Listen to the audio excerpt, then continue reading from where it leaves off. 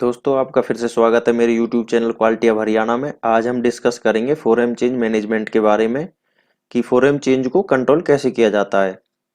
तो सबसे पहले हम इसके जो क्लोज रेफरेंस है उसके बारे में डिस्कस करेंगे कि ISO 9001 के साथ या ISO 9001 में कौन सा क्लोज है, IATF में कौन सा क्लोज है, मेस VS यानी कि वेंडर सिस्टम एनालिसिस, ये एक मारुति का सिस्टम है या मारुति का ऑडिट है।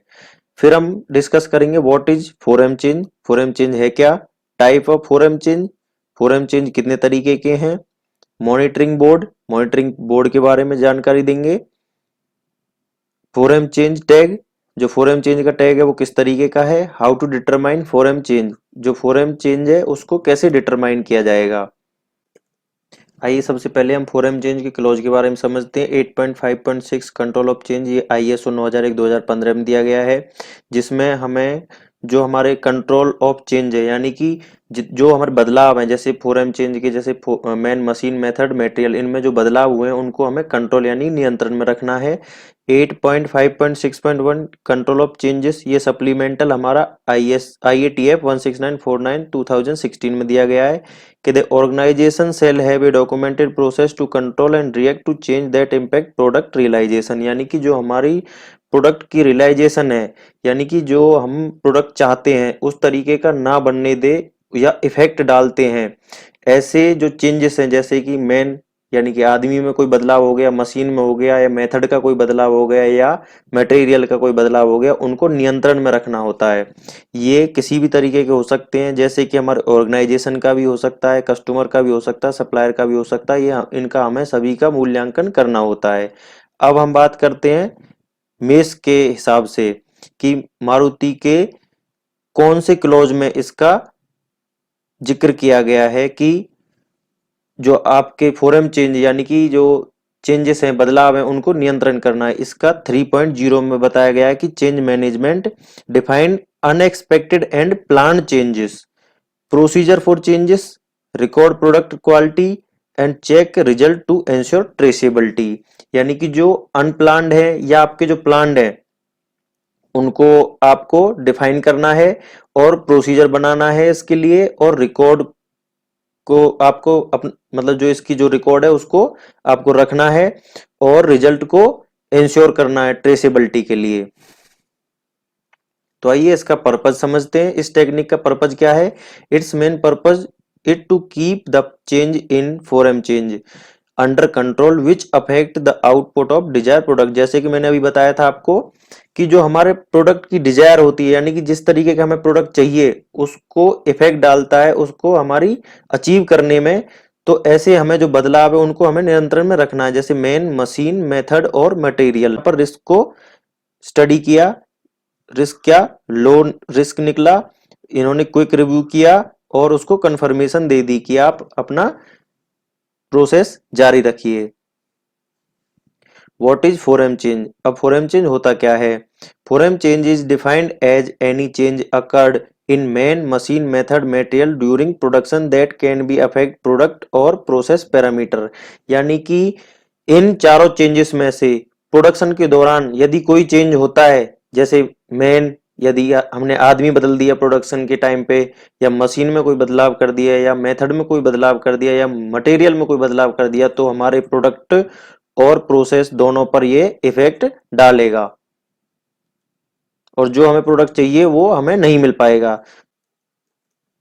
अब देखिए बदलाव होते कितने तरीके के हैं। ये 3 तरीके के बदलाव होते हैं, जैसे प्लान, योजनाबद्ध हो गया, अनप्लान, अनियोजित, एबनॉर्मल, असामान्य। जैसे प्लान में हो गया हमें बताया गया था पहले से ही, अनियोजित हो गया कि हमें घर जाकर बताया कि मुझे 1 दिन की छुट्टी और चाहिए।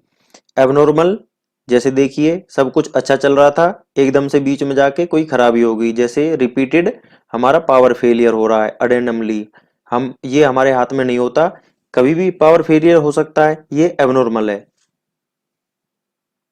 प्लान चेंज के बारे में समझते हैं।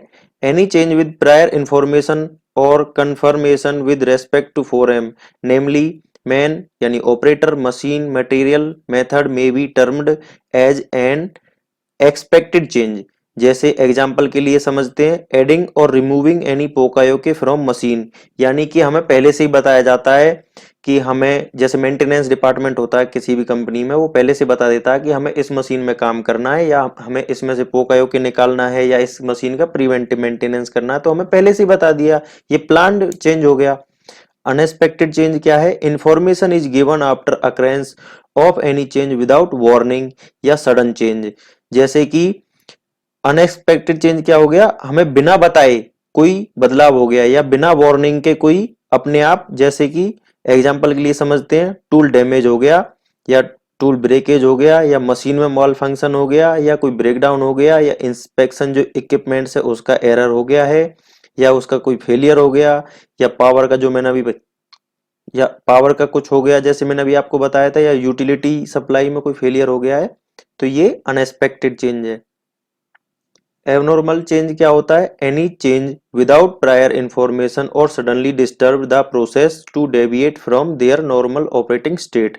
जैसे मैंने अभी बताया था, यह अनएक्सपेक्टेड चेंज के जैसा ही है, जैसे कि चलते हुए प्रोसेस में एकदम से कोई खराबी आ जाए।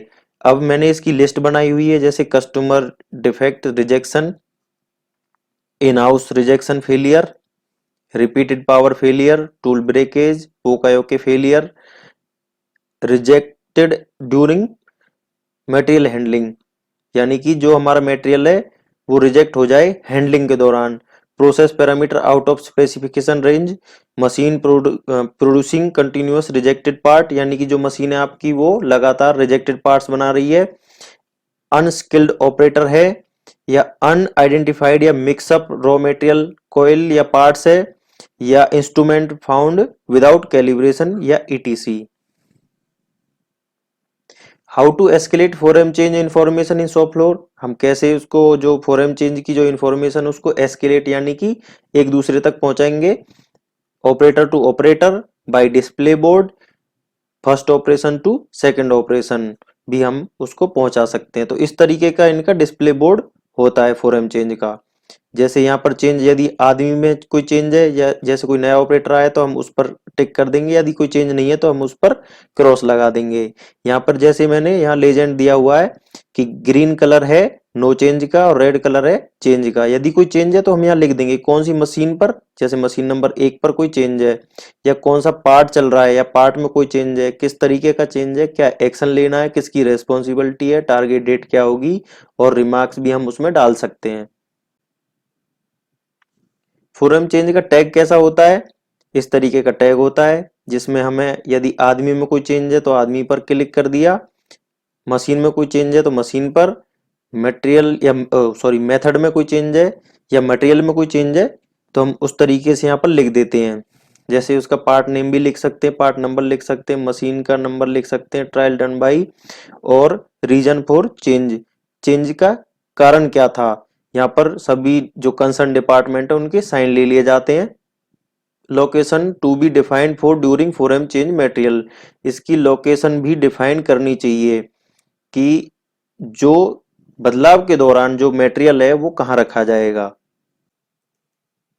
अब देखिए फोरम चेंज को डिटरमाइन कैसे करते हैं। सेटअप अप्रूवल के जरिए, रिट्रोएक्टिव चेक के जरिए और सस्पेक्टेड लॉट को चेक करके उसके जरिए। स्टार्टअप अप्रूवल क्या होता है? प्रोडक्शन को स्टार्ट करने के लिए जो अप्रूवल दिया जाता है। रिट्रोएक्टिव चेक क्या होता है?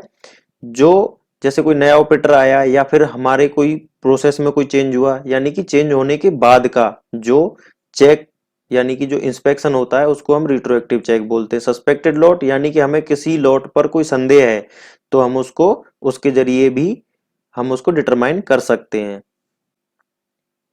तो दोस्तों आशा करता हूँ आपको मेरा ये वीडियो पसंद आया होगा, तो कृपया करके लाइक कर दें और मेरे चैनल को सब्सक्राइब कर दें। थैंक यू, मिलते हैं अगले वीडियो में।